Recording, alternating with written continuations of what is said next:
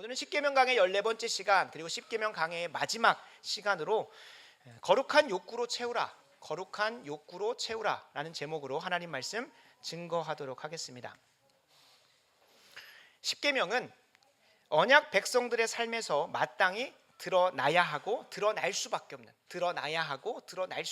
없는 모습들을 10개의 계명으로 세분화하여 기록한 것입니다. 다시 한번 말씀드리겠습니다. 십계명은 우리가 이걸 힘써 지켜가지고 언약 백성 되겠다라고 하는 게 아니라요, 언약 백성이 됐다면, 주님께 구원 받았다면 마땅히 그 삶에서 드러나야 하고, 당위성이죠. 그리고 드러날 수밖에 없는, 왜냐하면 내 안에서 착한 일을 시작하신 그 예수께서 주님 다시 오시는 그날까지 그 구원을 두렵고 떨림으로 이루어갈 수 있도록 계속 지킬 수 있도록 충동하시고 이끌어가시고 또 순종할 수 있는 힘과 능력마저 주시기 때문에 드러날 수밖에 없는 모습입니다.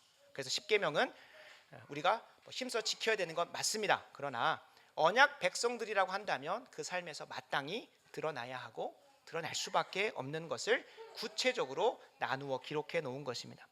그래서 하나님이 구원하시기로 작정하신 백성들의 입장, 그러니까 하나님 입장 말고 우리들의 입장에서는 이 말씀의 기준에 비추어 보아서 내가 구원을 받았는지 아니면 받지 못했는지를 점검할 수 있는 바로미터가 되기도 합니다. 그러니까 언약 백성들에게서 마땅히 드러날 수밖에 없다면, 내 삶에서 이러한 모습들이 드러나지 않는다면 내가 구원받았나? 구원받지 못했나? 라는 것도 점검할 수 있는 것이 되고, 더 나아가서는 구원받은 백성이라고 한다면 마땅히 행해야 된다고 하니까 내가 이 땅의 삶을 어떻게 살아가야 될지에 대한 인도서가 되기도 하고 지침서가 되기도 한다는 겁니다. 그래서 이 십계명은 단순히 이스라엘 민족들에게만 전유물로 허락하시는 게 아니라고 분명히 말씀드렸습니다. 이스라엘 백성을 대표하여서 온 인류, 다른 말로 하면 구원받은 백성들을 대표하여 그들이 언약을 체결해 주는 거예요. 그래서 한 4-5천 년 전에 모세를 통해서 십계명을 선포하셨고, 그 말씀이 그냥 이스라엘 백성들에게만 해당하는 것이 아니라 언약받은 구원의 언약 가운데 있는 모든 백성들에게 다 적용이 되는 것이라고 말씀을 드렸어요. 그래서 하나님은 구원받은 언약 백성들의 삶에서 십계명과 같은 삶이 드러나기를 기대하시고, 그리고 언약 백성들은 십계명의 삶이 마땅히 드러날 수밖에 없다는 것을 우리가 지난 14주간에 걸쳐서 정말 세밀하게 살펴봤습니다. 또한 우리가 성경을 바라보는 관점 중에 우리를 창조하시고 구원하신 목적이 우리는 예배다라고 정리를 해놨습니다. 이 우리를 창조하시고 구원하신 목적인 예배의 관점에서 보면 이 십계명은 우리가 어떻게 하나님을 예배하며 살아가야 되는지에 대해서도 구체적으로 나열해 놓은 것이라고 볼 수 있습니다. 그래서 우리 지난 야유회 때 그 레크레이션 하면서 질문 던졌던 거 기억하실 겁니다. 1계명은 예배의 대상, 그죠? 너는 나 외에는 다른 신을 내 앞에 두지 말라. 그래서 예배의 대상이신 하나님을 집중하게 하고, 2계명은 다른 형상을 만들지 말라. 우상 숭배가 아닙니다. 다른 형상을 만들지 말라고 하면서 하나님을 어떻게 예배해야 되는지 그 방식을 대략적으로 선포하고 있어요. 그 예배의 대상이 정해졌다면 그 예배의 대상에 합당한 방식으로 예배를 드리는데, 그 예배의 방식을 따라서 예배하다 보면 어떠한 방향으로 가야 된다고 하는 게 3계명이에요. 그래서 하나님의 이름을 망령되이 일컫지 말라는, 다시 말해서 바꾸어 말해보면 하나님의 이름에 합당하게 영광 돌리며 살고 그 이름을 드러내는 삶을 살라 라고 했던 게 3계명입니다. 그래서 우리가 예배를 드리면 드릴수록 어떤 모습이 드러나야 되는 거예요? 나를 통하여 하나님의 이름이 영광 받으시고 하나님의 모습과 성품이 나를 통해 계속 사람들에게 드러나야 되는 거예요. 이게 이제 우리가 지난주에 살펴봤던 9계명하고도 좀 연결이 닿는 부분이 있죠. 그래서 이렇게 3계명까지 살펴봤다면 이제 4계명은 어떤 겁니까? 구체적 실천에 대한 겁니다. 구체적으로 실천에 대해서. 그러니까 안식일을 기억하여 거룩히 지키라가 그냥 주일날 모여서 예배 드려라 그런 수준이 아니라고 말씀드렸습니다. 특별히 4계명은 워낙 논란의 여지가 있고 성령께서 깊이 조명해 주시지 않으면 헷갈릴 수 있기 때문에 한 4주에 걸쳐서 살펴봤죠. 그래서 주일 성수뿐만 아니라 온전한 주일 성수는 우리의 삶의 6일까지도 나만 안식하는 것이 아니라 다른 이들에게마저 안식을 전하고 확장하는 삶. 그래서 출애굽기 20장 말씀하고 신명기 5장의 십계명이 2번 반복이 되는데 이 2번에서 조금 상이하게 드러난다고 했습니다. 출애굽기 20장에서는 안식하라. 그래서 우리가 예배 가운데 계속 반복해서 읽는 십계명은 안식하라는 겁니다. 그리고 신명기에 나오는 안식일 계명은 안식하게 하라는 것으로 합니다. 다른 이들을 안식 가운데 거할 수 있도록 하게 하는 걸로 이제 4계명이 정해졌고 5계명부터 10계명 혹은 5계명부터 9계명까지는 그럼 구체적으로 다른 이들에게 안식을 전하고 확장하는 삶을 어떻게 살 것인가? 그게 5계명에서 9계명으로 구체적 적용이 나온다고 했습니다. 그래서 예배의 대상, 예배의 방식, 예배의 방향, 예배의 구체적 실천 그리고 구체적 적용으로 9계명까지 갑니다. 그리고 오늘 이제 드디어 10계명 강해가 마무리가 됩니다. 10계명 강해가 마무리되던 이 10번째 계명은 10계명의 결론 부분입니다. 목사님, 이것도 그냥 5계명에서 시작된 사람들을 향한 이웃 사랑을 향한 하나의 정리 아닙니까? 맞습니다. 그렇게 볼 수 있는데 이 10번째 계명, 10번째 계명은 다른 것들과 달리 앞선 계명들과 달리 행동, 외적으로 드러나는 행동을 규제하거나 금지하는 것이 아니라 실제적으로 이 5에서 9계명을 지키게 만드는, 엄밀히 말하면 이 10계명 전체를 준수하게 만드는 우리의 내적인 동기와 마음의 그 강조점이 있다는 것에 우리가 주목해야 됩니다. 그러니까 도둑질하지 말라는 건 뭐예요? 도둑질하지 말라는 행동을 분명히 규제하고 금지하고 있는 거예요. 간음하지 말라, 살인하지 말라. 근데 이 10계명만큼은 10번째 계명만큼은 내 이웃의 집을 뭐 하지 말라고 합니까? 탐내지 말라고 하는 거예요. 엄밀히 말하면 내 이웃의 집을 탐내지 말라는 것이 몇 번째 계명하고 그냥 똑같아 보이십니까? 도둑질하지 말라고 변화 다른 게 없어 보여. 그리고 그 다음 나오는 내 이웃의 아내를 탐하지 말라는 것은 간음하지 말라고 연결되는 것처럼 보여요. 그러면 이미 한번 그 외적인 행동에 대해서 금지했고 규제했다면 왜 굳이 이 10번째 계명 한 번 더 반복하냐는 거예요. 그래서 이 10번째 계명은 앞에 나왔던 모든 것들을 한번 정리하고 결론적으로 이 모든 행동들을 가능하게 하고 이 모든 온전한 순종을 가능케 만드는 우리의 내적인 동기와 마음에 집중하게 한다는 것이 오늘 10번째 계명의 초점입니다. 그래서 다른 계명이 금하는 행동들을 유발하는 내적인 동기와 마음을 우리에게 살펴보고 우리에게 바른 방향으로 나아가라는 것. 우리가 지난 한 3, 4주간의 욕구와 욕심에 대해서 우리가 좀 구분을 했었습니다. 우리에게 허락하신 욕구는 분명히 선한 것이지만 그것이 욕심으로 향할 때 죄가 되고 하나님께서 허락하신 사망의 결과를 마주한다고 말씀드렸는데 오늘 제목과 같이 그 욕구를 탐심이 아니라 욕심이 아니라 하나님이 기뻐하시는 욕구로 거룩한 욕구로 채워가는 것이 이 10계명의 결론이면서도 이 거룩한 욕구가 없이 드러나는 삶의 도둑질하지 않는 것, 살인하지 않는 것은 다 뭘까요? 외식이고 그냥 바리새인들의 순종하고 별반 다를 게 없어요. 그래서 이 10계명을 마무리하면서 우리에게 꼭 점검케 하시는 거예요. 네 마음 가운데 무엇이 있는가? 네 마음 가운데 1계명에 말했던 것처럼 누가 있으면 하나님이 있으면 하나님을 사랑하는 마음이 있으면 2계명부터 9계명이 당연하게 나올 수밖에 없고 반대로 그 마음 가운데 탐심이 있으면 그리고 골로새서 3장 5절에 이렇게 얘기합니다. 탐심은 곧 우상 숭배다라고요. 그래서 그 우상이 너의 마음 가운데 가득하게 있으면 겉모습은 2계명에서 9계명의 모습이 드러날지라도 그것은 하나님이 받으시는 예배다 아니다라는 것을 결론부터 찝어주면서 외적인 행동 너무 중요하다. 그것이 무시되어지는 것이 아니라 정말 우리가 살펴봐야 되는 것은 1계명에 말하는 것처럼 그 마음 가운데 나 외에 다른 신들을 두지 않고 오직 하나님만 내 마음 가운데 두고 그만을 사랑하고 그만을 흠모하고 그의 말씀대로 순종하고자 하는 것으로 2에서 9계명이 진행되느냐 아니면 정말로 너의 마음 가운데 탐심 하나님 이외에 다른 우상을 섬기고 있지 않는지 점검케 하는 것이 오늘의 10계명이라는 것을 좀 개괄적으로 말씀을 드리면서 오늘 말씀을 들어가고자 합니다.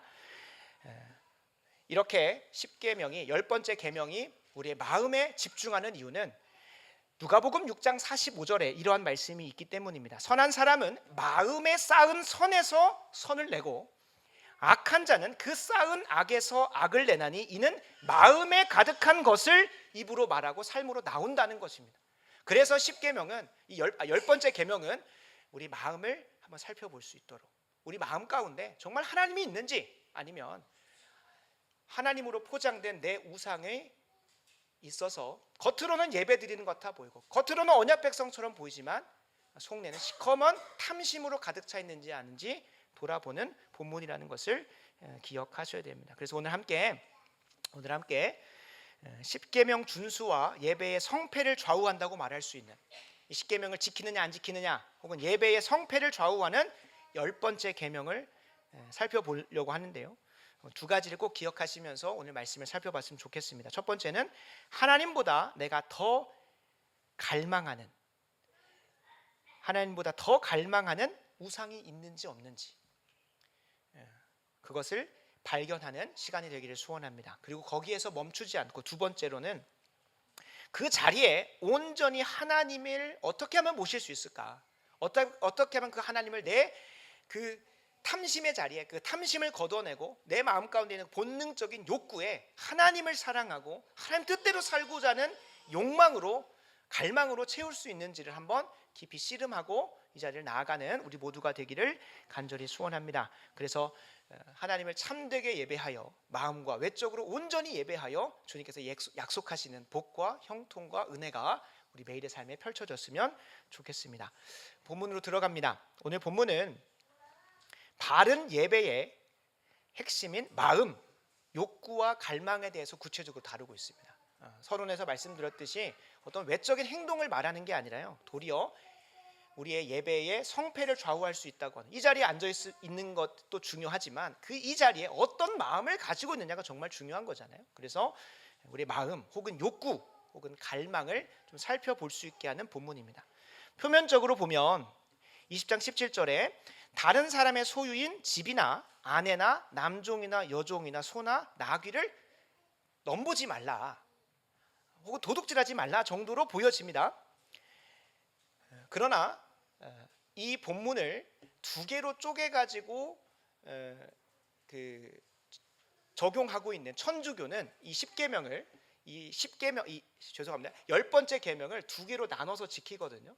근데 그들의 어떠한 목적을 가지고 이걸 두 개로 나눠서 하냐면, 이 계속 10계명이라고 하는 게 10계명 전체를 얘기하는 게 아니라 10번째 계명을 얘기하는 건데, 10번째 계명이 진짜 뭘 주목하고 있는지를 우리가 좀 보게 만들어요. 실제로 천주교는 욕구와 욕심을 구분하지 않습니다.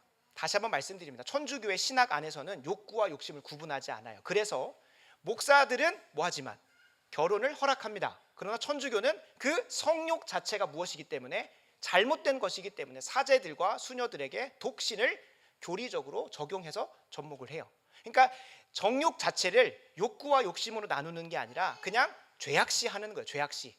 그래서 이제 사제와 수녀들에게 독신을 요구를 하는 것이죠.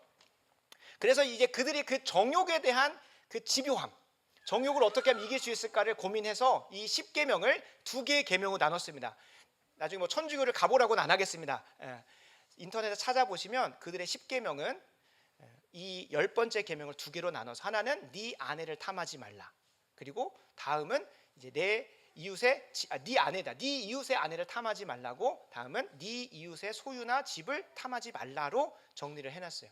근데 이거는 뭐 신학이고 그런 거 다 떠나서 성경 본문만 제대로 읽어도 그렇게 할 수가 없어요.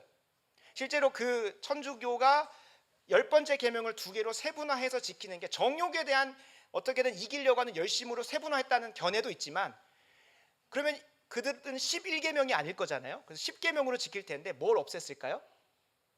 그들이 10계명 중에서 가장 거북하고 지키기 싫은 게 있습니다. 성인 숭배입니다. 형상을 만들어서 숭배하는 모습. 우리가 뭐 천주교 성당들을 안 가봤지만 성모라는 표현 좀 그렇죠. 그냥 마리아가 그 아기 예수님을 안고 있는 그 피테, 그 아시죠? 상 있어요, 그런 게.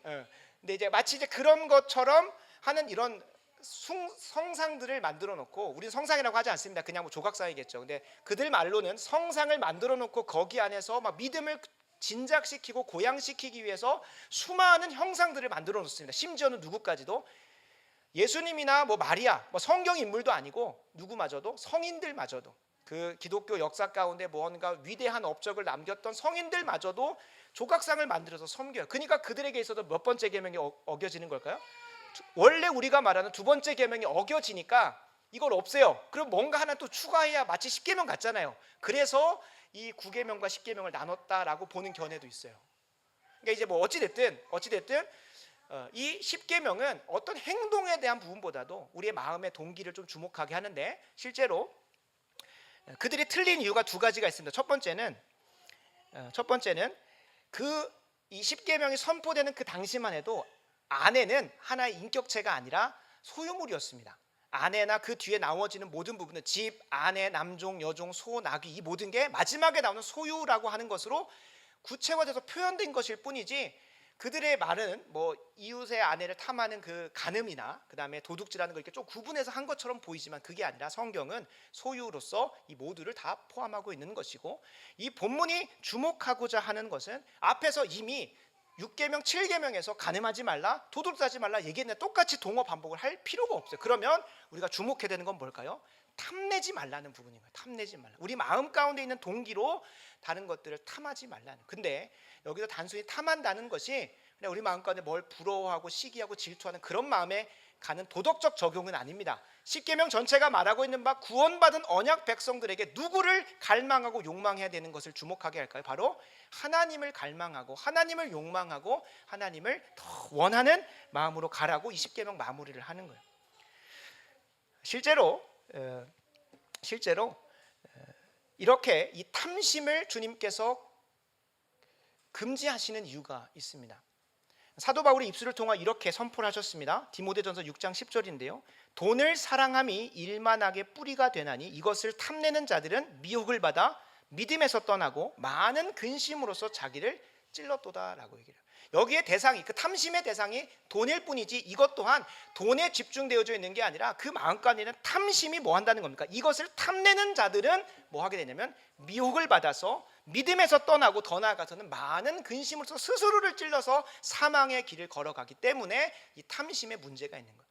그 탐심의 대상에 하나님 이외에 돈이나 권력이나 명예나 인정이나 편안함이나 안락함을 자리에 둬버리면 누구를 안 찾게 됩니까? 하나님이 없어져요. 그래서 골로새서 3장 5절은 뭐라고 이 탐심을 정리하면 탐심 곧 우상 숭배다라고까지 얘기를 하는 거예요. 그러니까 탐심이 뭔가 부럽고 시기하고 그런 수준이 아니라 그 탐심은 하나님을 갈망하게 하여야 되는 우리의 본능적 욕구인데, 그것이 어디로 향하게 되면 하나님 이외의 다른 것들로 향하게 되면 그것이 우상 숭배가 되기 때문에, 우상 숭배이기 때문에 디모데전서 6장 10절 분명히 이렇게 말씀드린다 했습니다. 미혹을 받아서 믿음에서 떠나버리고 믿음에서 떠나기 때문에 근심으로써 자기를 찔러버리는, 이걸 더 직관적으로 야고보 사도는 더욱 강력하게 얘기를 합니다.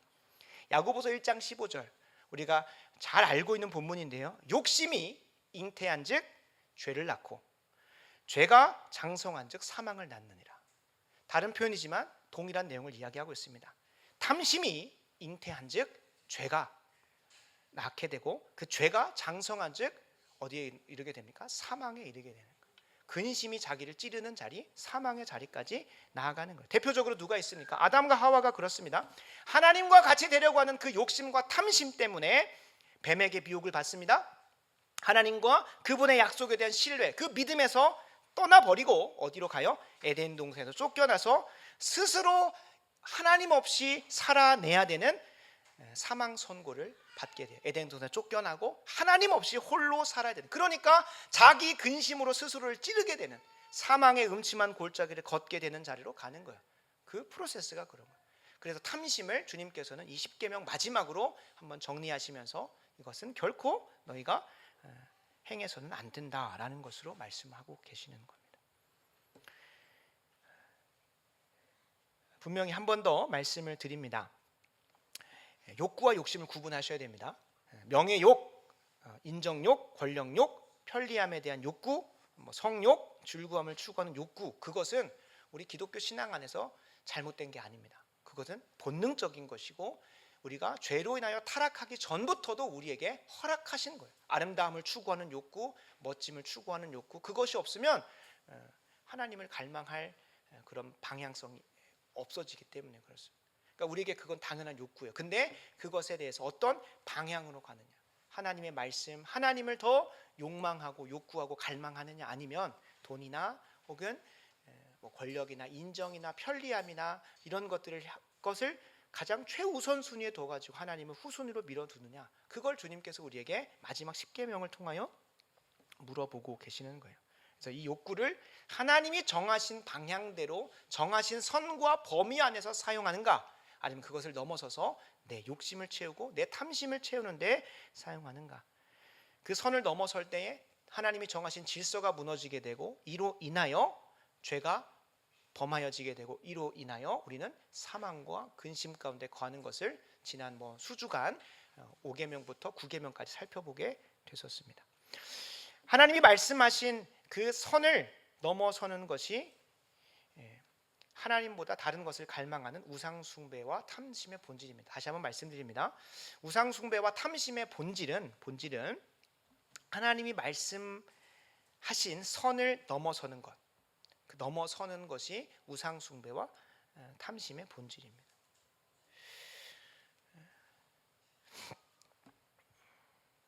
그래서 한 번 더 반복드리면 천주교처럼 하나님이 선물로 주셔서 누리게 하시는 욕구를 억제하는 것은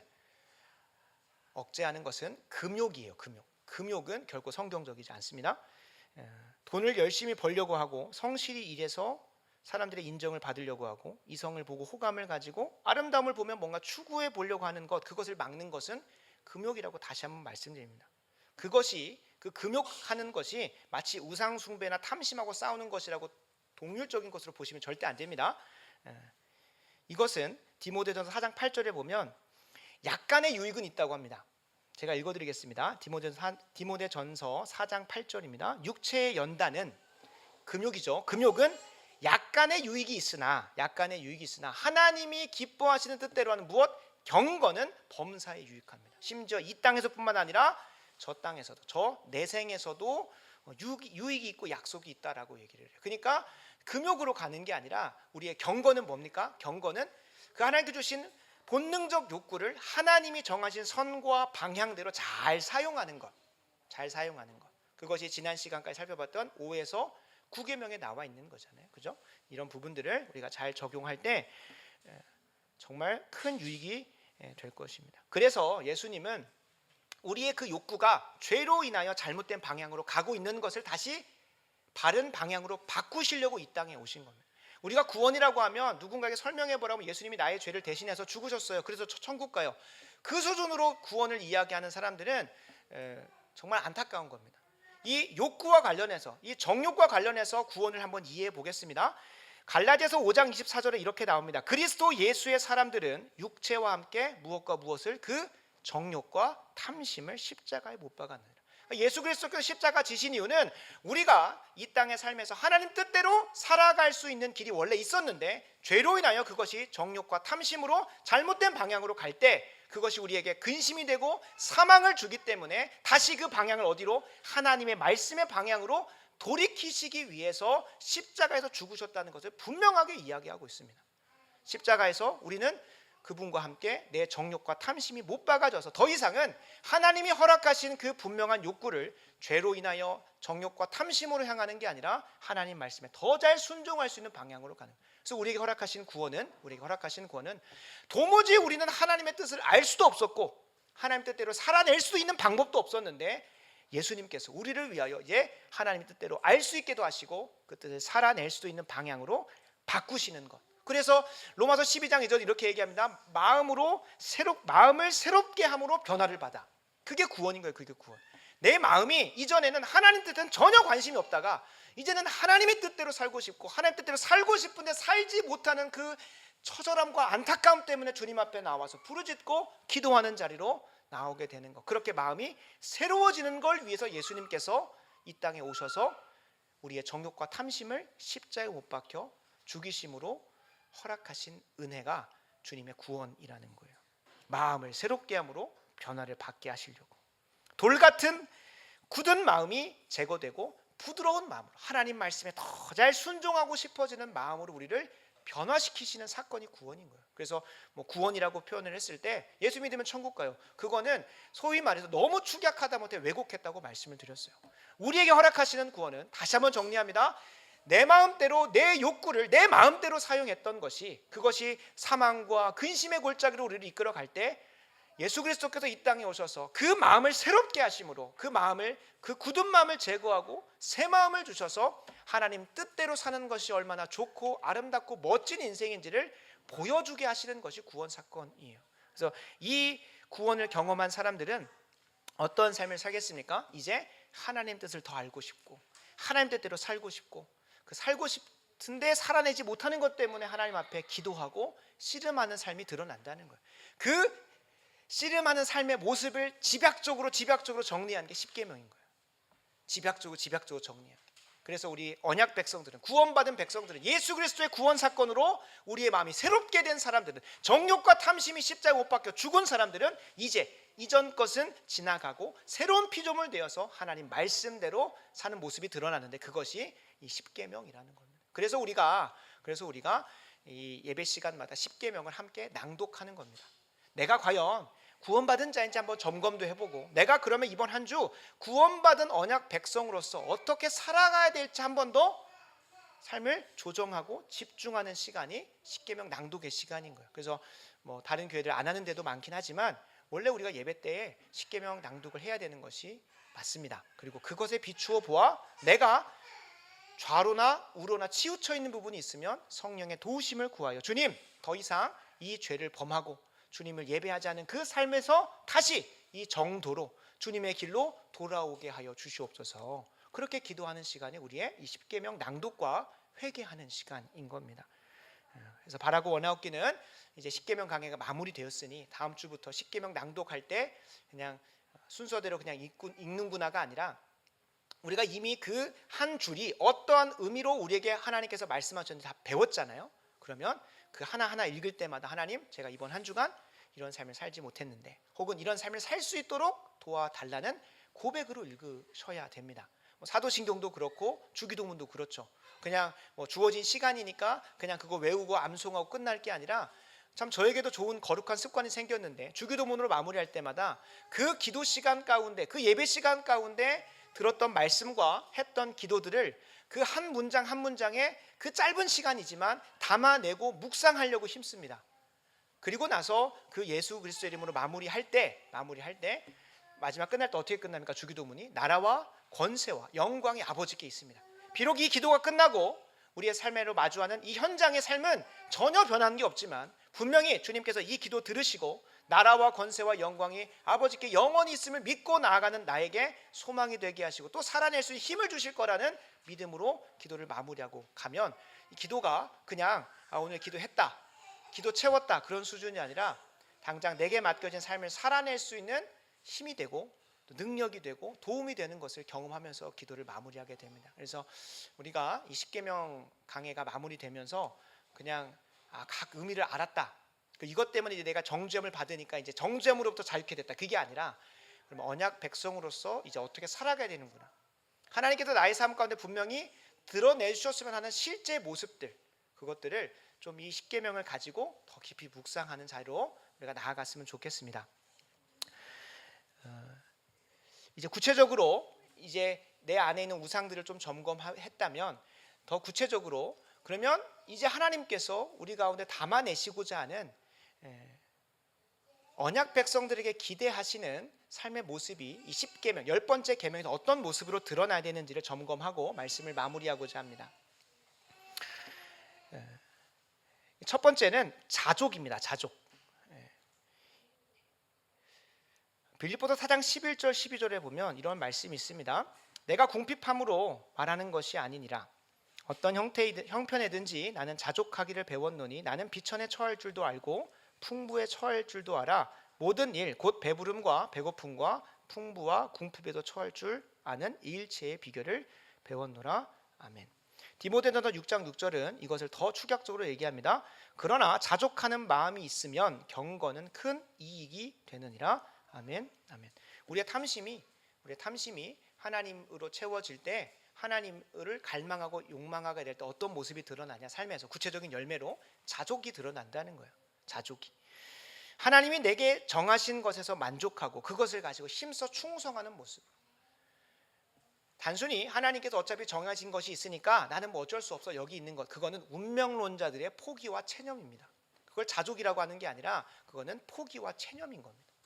어차피 하나님께서 정하신 거 내가 힘써봤자 뭐 하겠는가 라고 하면서 아무런 수고와 충성이 이끌지 않는 것, 그것은 포기와 체념입니다.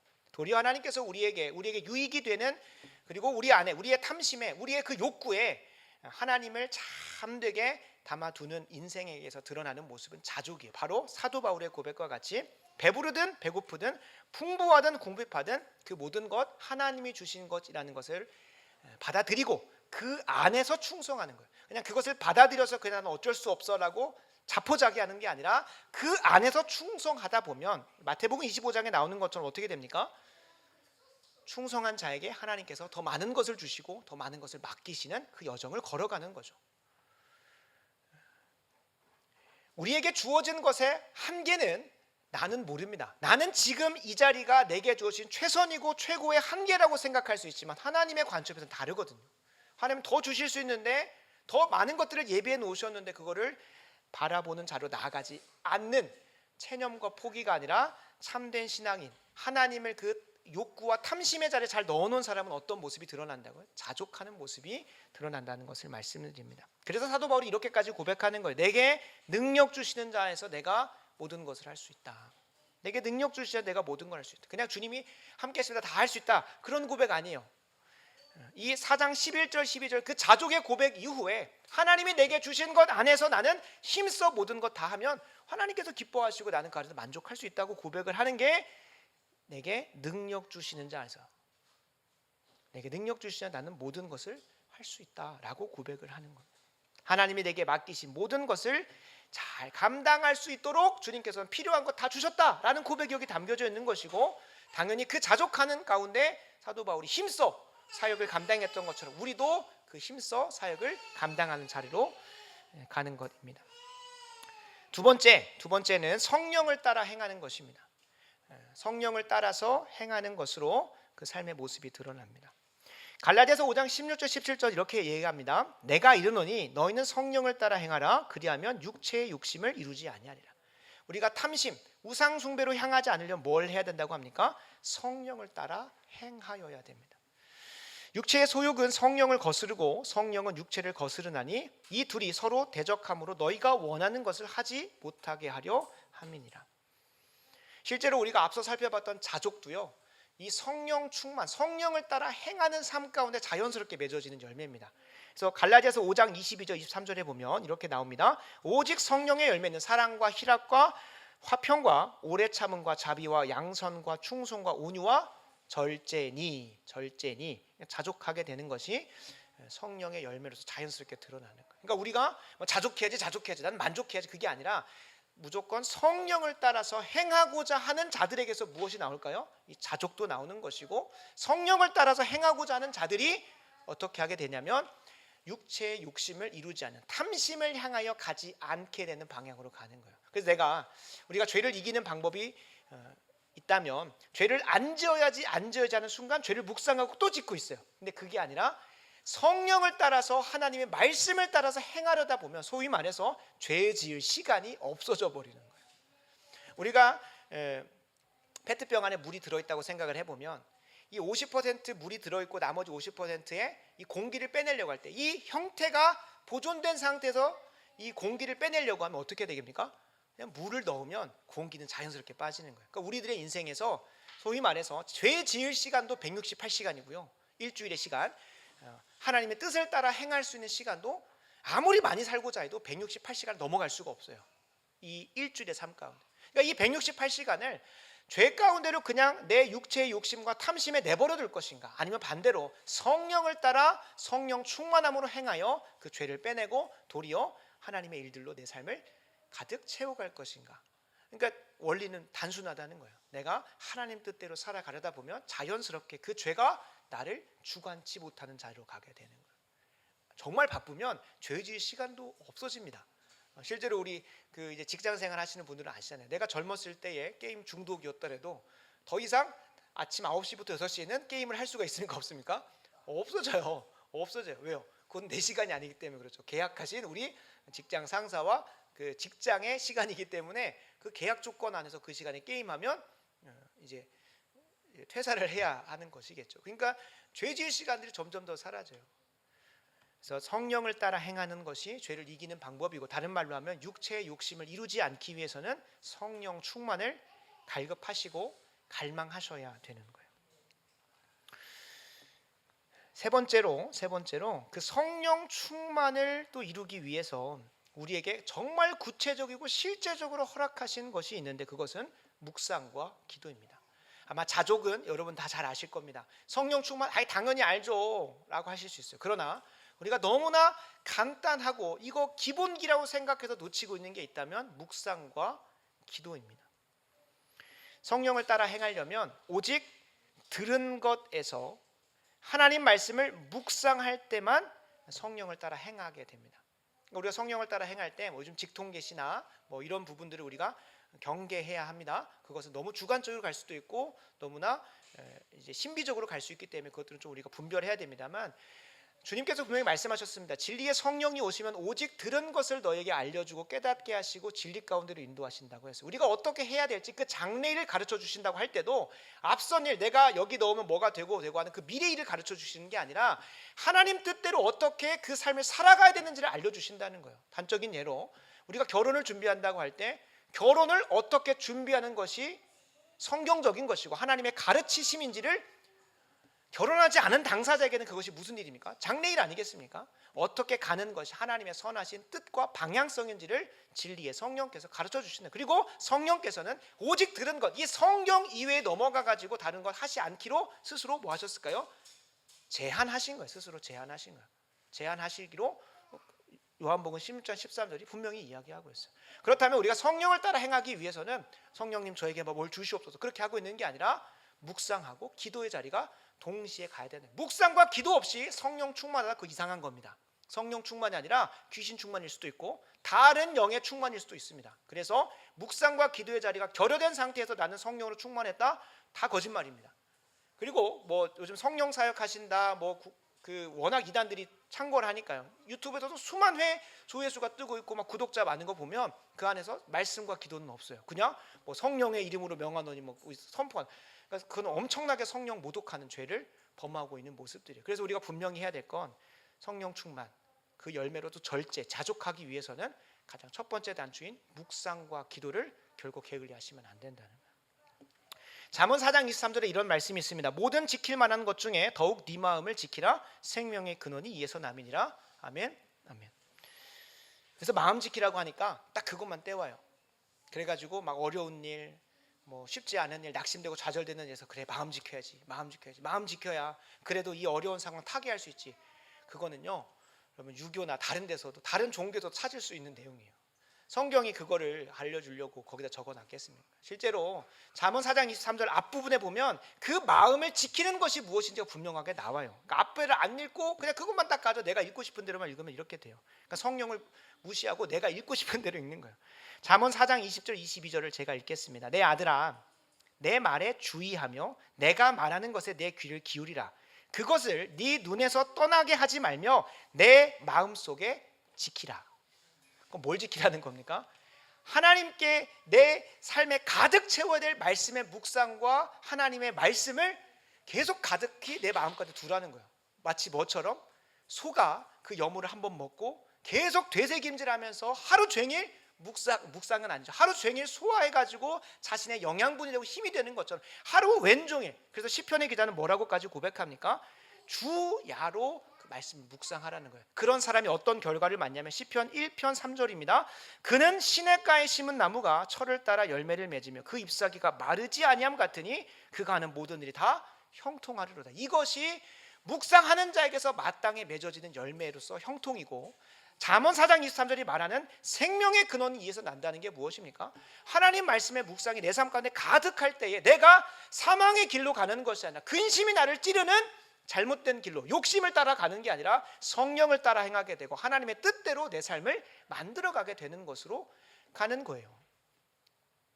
정말 기억하셔야 됩니다. 우리가 마음 가운데 쌓여진 것이 행동으로 나오게 되는 겁니다. 내 안에 하나님의 말씀이 묵상되어지고 깊이 자리 잡지 않는데 육체의 욕심을 떠나서 하나님 말씀 살 수 있는 게 아닙니다. 그래서 우리 신앙의 귀한 선배님들은 묵상을 빼앗기지 않을 수 있도록, 우리가 이 세상을 살아가다 보면 얼마나 우리의 탐심을 자극해서 하나님을 사랑하고 하나님 뜻대로 사는 것을 못하게 우리를 계속 세상의 욕구와 세상의 탐심으로 가득 채우는 일들이 많습니까? 우리가 미디어에서 광고하는 모든 게 다 뭘까요? 우리의 탐심을 자극해서 하나님 이외에 다른 것이 너에게 만족을 줄 수 있고 너에게 기쁨을 줄 수 있고 너의 인생을 책임질 수 있다는 것으로 다 도배를 해놔요. 그걸 성공한 사람들이 광고주가 되고 광고를 만들어서 이제 대박을 내는 거죠. 그러니까 이 세상의 모든 것은 하나님을 묵상하지 못하게 만드는 수많은 세상의 묵상으로 가득 채워져 있어요. 그러니까 우리가 우리의 묵상을, 우리의 마음을 하나님 말씀의 묵상에 지키지 않으면 시시때때로 우리 안에 있는 육신의 탐심과 욕심들이 계속 그곳으로 향하는 거예요. 그래서 우리가 드라마를 뭐 한 시즌 정주행해 봅시다. 그럼 뭐만 생각나요? 폭삭 소가수다를 제가 얼마나 속아서 이게 그 쇼츠로 몇 번을 봤는지 모르겠습니다. 폭삭 소가수다, 그 이름도 소가수다죠, 그죠? 폭삭 소가수다의 원래 의미는 뭐 정말 고생하셨습니다더라고요. 그래서 다 속았어요, 저는 이제. 근데 말씀드리는 게 뭐냐면 그거를 계속 묵상하고 있으면 하나님 말씀이 하나도 생각이 안 나요. 그러니까 유튜브 미디어 이게 그거 자체는 죄가 아니죠. 그 유튜브를 통해서 얼마나 선용할 수 있습니까? 유튜브가 전도사님이잖아요. 그래서 수많은 교회들은 전도사님 안 둬도 유튜브를 통해서 전도가 많이 일어나요. 그래서 어떤 목사님은 유전도사님 한다고 하시더라고요. 성도님들이 전도는 안 하지만 이 유전도사가 알아서 스스로 그 조회수 늘려가면서 서로 전도해 오니까 그러니까 선용할 수 있는 거예요. 이거 자체는 그렇게 뭐 이게 뭐 나쁘다 하다 할 수 없어요. 그러나 그것을 사용하는 우리가 하나님으로 욕구를 채울 수 있는, 하나님의 묵상을 가득 채울 수 있는 것으로 그걸 사용하느냐, 아니면 반대로 내 육체의 정욕과 욕심을 채우는 도구로 사용하는가, 우리가 한번 깊이 한번 실험해 봐야 됩니다. 그래서 묵상을 빼앗기시면 안 됩니다. 이 묵상을 빼앗기지 말라고 하는 이 구체적 적용을 내가 아는 수준 안에서 묵상을 해야 되는구나 라고 하시면 절대 안 됩니다. 이 묵상과 관련해서도 우리 신앙의 선배들이 얼마나 많은 책을 써놨는지 몰라요. 참고로 우리 새가족반의 8주 8번째 시간에는 묵상을 어떻게 해야 되는지 구체적으로 나와 있습니다. 원하시는 분들은 사진 찍어 가셔서 묵상을 하는 게 무엇인지에 대해서 좀 구체적으로 알아보셨으면 좋겠어요.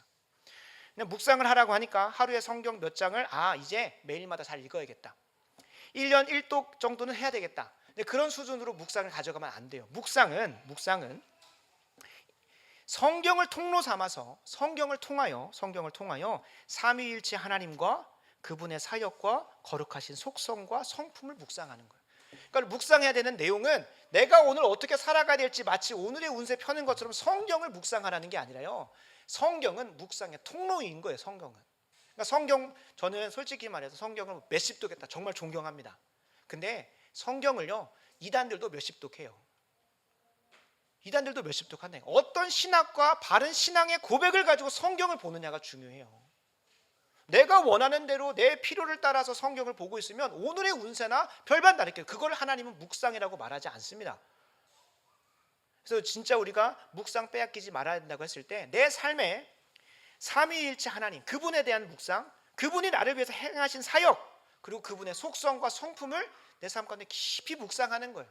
하나님이 나를 위해서 모든 일들을 섭리 가운데 주관하신다는 것을 묵상하면 어떤 삶이 펼쳐질까요? 오늘 하루 비록 고되고 힘들지라도 하나님과 동행하는 가운데 하나님이 내게 예비하신 은혜의 순간들을 마주하면서 감사하면서 그래도 하루를 살아갈 수가 있어요. 뭐 하지 않으면?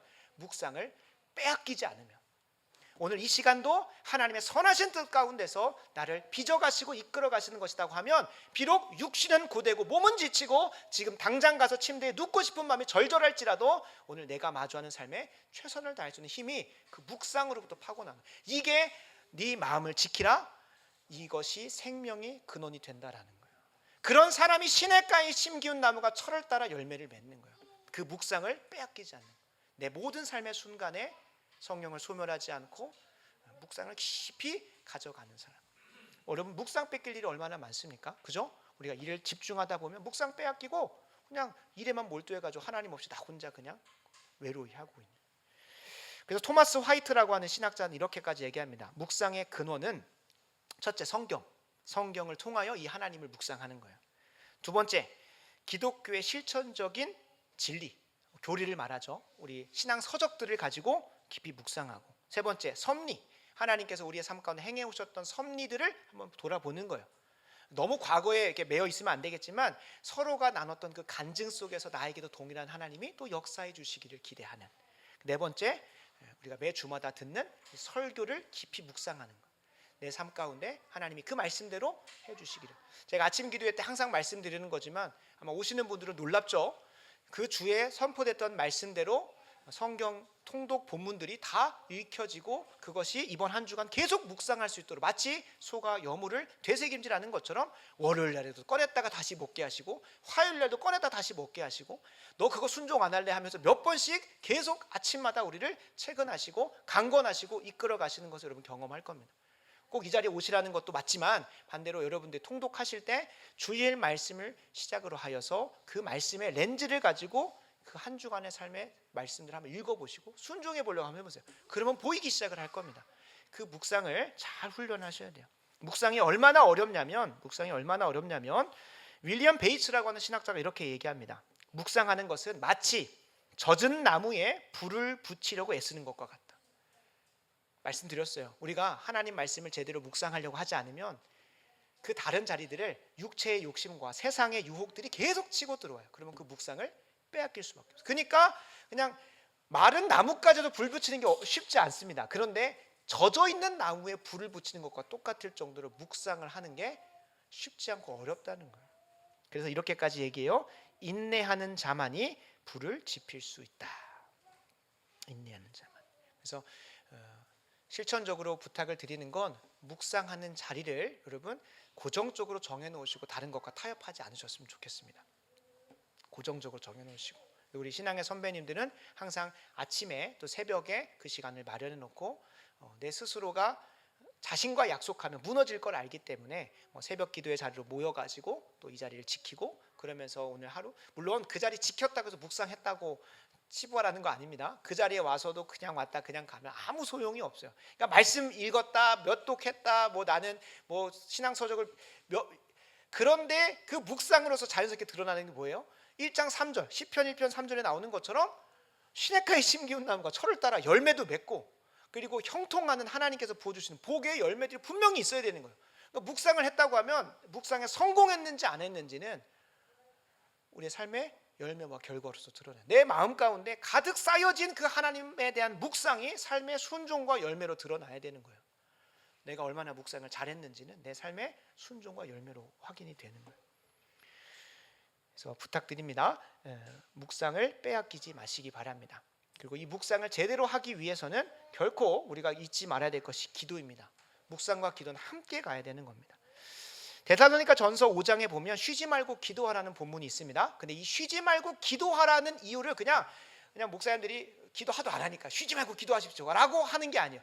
맥락을 보시면 데살로니가 전서 5장 1절부터 내려오는 맥락 속에 너희를 향한 하나님의 뜻은 이건데 쉬지 말고 기도하라고 하세요. 근데 왜 쉬지 말고 기도하라고 할까요?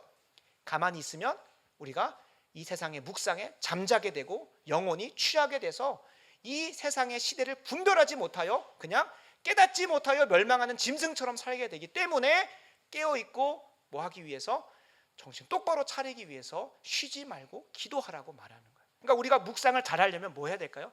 깨어 있어야 돼요. 깨기 위해서 쉬지 말고 기도해야 되는 거예요. 쉬지 말고 기도해야 되는 거예요. 하나님에 대한 묵상을 더 가져가기 위해서 우리는 쉬지 말고 기도해야 되는 거예요. 그래서 기도와 함께 묵상과 함께 기도하는 것만이 성령을 따라 행하는 길로 가게 되고 성령을 따라 행하는 자들이 어떤 열매를 맺는 겁니까? 사랑, 희락, 화평, 오래 참음, 자비, 양성, 양선, 충성, 온유, 절제의 삶으로 삶이 드러나게 되는 거예요. 그래서 바라고 원하옵기는 우리 모두 묵상과 기도의 자리 언제 또 제가 여러분 그 자리 세우라고 이 설교가 나올지 모르겠습니다. 근데 분명한 것은 여러분 지금 무너져 있다면 다시 세우는 시간이 됐으면 좋겠습니다. 말씀 마무리합니다. 묵상과 기도의 자리를 절대 사수하시기 바랍니다. 묵상을 빼앗기는 것만큼 사망의 그림자가 엄습해 오는 일이 없습니다. 묵상을 빼앗기는 만큼 사망의 그림자가 여러분들을 덮어버릴 것입니다. 성경이 이야기하고 있기 때문에 그렇습니다. 탐심은 미혹을 받아 죄 가운데로 넘어지고 그 죄는 근심으로써 자기 자신을 찌르게 된다고 했습니다. 욕심은 장성하여 죄를 낳고 죄는 여러분 사망을 낳는 자로 간다고 합니다. 아직 내게 사망이 경험되어지지 않고 있다고 하여 여러분 방만하게 내 스스로를 내려놓지 마시고 묵상과 기도로 그 자리를 세워가시기 바랍니다. 묵상과 기도가 없는 사람은 죽은 사람이라고 봐도 무관합니다. 실제로 보통 묵상은 우리가 영혼의 양식을 먹는다고 합니다. 그리고 기도는 영혼의 호흡이라고 합니다. 우리가 육신의 병동에 가 계신 분들이 보면 두 가지가 끊어졌을 때 그 사람은 이제 더 이상 소망이 없다고 생각을 해요. 뭘까요? 먹고자 하는 식욕과 호흡하고자 하는 그 욕구가 없어질 때. 그래서 적어도 그 인생을 연명하려고 할 때 다른 건 다 못하게 해요. 다른 건 다 할 여력도 없고 딱 두 가지만 힘써 감당하죠. 링겔과 호흡기를 넣어가지고 어떻게든 영양분을 넣고 살게 하고, 그리고 호흡을 통해서 그 산소를 공급을 해요. 왜요? 이 두 가지가 육신에 있어서 생명을 유지하는 유일한 장치이기 때문에 그래요. 그래서 그 욕구가 점점 더 줄어들다 보면 어떻게 되는 걸까요? 사망에 이르는 거예요. 근데 영혼도 똑같아요. 영혼도 똑같다는 거예요. 이 묵상의 자리가 갈망되어지지 않고 기도의 자리가 무너져 가고 있는데도 아무 위기감이 없다면 내 영혼이 빈사 상태이거나 완전히 메말라 가지고 아무런 것도 경험치 못하는 자리거나 아니면 죽어 있다라고 보시는 게 정확한 진단입니다. 그래서 여러분들에게 말씀드립니다. 묵상과 기도의 자리를 분명히 세우시기 바랍니다. 묵상과 기도의 자리가 고정적으로 있고 이미 그 자리에서 생명력 있는 묵상과 기도가 이어지고 있고, 그리고 시냇가에 심기운 나무가 철을 따라 열매를 맺고 그 이파리가 청청한 것처럼 형통하고 있다. 그러면 어떻게 해야 될까요? 더욱 힘써 지키셔야겠죠. 더욱 힘써 지키셔야 없는 사람들 세워야 되겠고, 이미 있는 사람들은 더 깊은 묵상과 기도의 자리로 갈 수 있도록 노력을 하셔야 됩니다. 그러나 세상의 묵상이 빼앗겨서 생명을 잃어버린 지 오래요. 이미 내 마음의 정욕과 탐심에 사로잡혀서 스스로 근심으로 찌르고 있고 사망의 음침한 골짜기를 헤매고 있다면 이제라도 정신 똑바로 차리시고 깨어서 묵상하시고 기도하기를 힘쓰시기 바랍니다. 영혼의 치료를 계속 미루시다가 죽음을 맞이하지 마시고 말씀 묵상이 무엇인지, 기도는 무엇인지, 그 안에서 경험하는 하나님과의 동행, 예수 그리스도와의 연합, 성령 충만이 무엇인지를 여러분 힘써 물어보시면 됩니다. 그러려고 주님께서 우리에게 저 천국 올 때 너 혼자 알아서 잘 걸어와라가 아니라 성도의 어머니인 교회를 허락하셨습니다. 그래서 여러분 묵상과 기도 어떻게 해야 되는지, 정말로 열매 맺고 성경이 약속하고 있는 그 묵상과 기도가 무엇인지 그 방법론마저도 여러분 배우시기를, 그리고 힘쓰시기를 간절히 축원합니다. 그래서 십계명 강해를 마무리하면서 십계명이 내 구원을 확신하게 하고 생명력을 누리는 자리로 이끄는 지침서가 되는, 그냥 누군가에게는 구원을 확인하는 자리인가 보다, 이렇게 살아가야 되나 보다, 다른 사람 이야기로 치부하지 마시고 제발 나의 것으로 좀 받으셔서 십계명을 매 주일 예배 때마다 읽으실 때 그 본 의도대로 좀 음미하시고 묵상하셨으면 좋겠습니다. 오늘 이 말씀을 듣고도 아멘하지 못하는 영혼이 있을 수 있습니다. 순종하지 못할 수 있습니다. 그것은 내 개인의 영혼이 탐심을 따라서 우상 숭배하고 있기 때문에 그렇습니다. 이 강단에 선포되는 말씀 앞에 아멘하지 못하는 게 습관일 수도 있는데요. 근데 분명한 것은 아멘이 나오지 못하고 순종의 자리로 이끌어가지 못하는 것은 오늘 말씀에 비추어 보면 내가 하나님보다 더 붙잡고 있는 무언가 있기 때문에 그렇습니다. 그걸 여러분 성령의 조명을 통해서 분별하시기 바랍니다.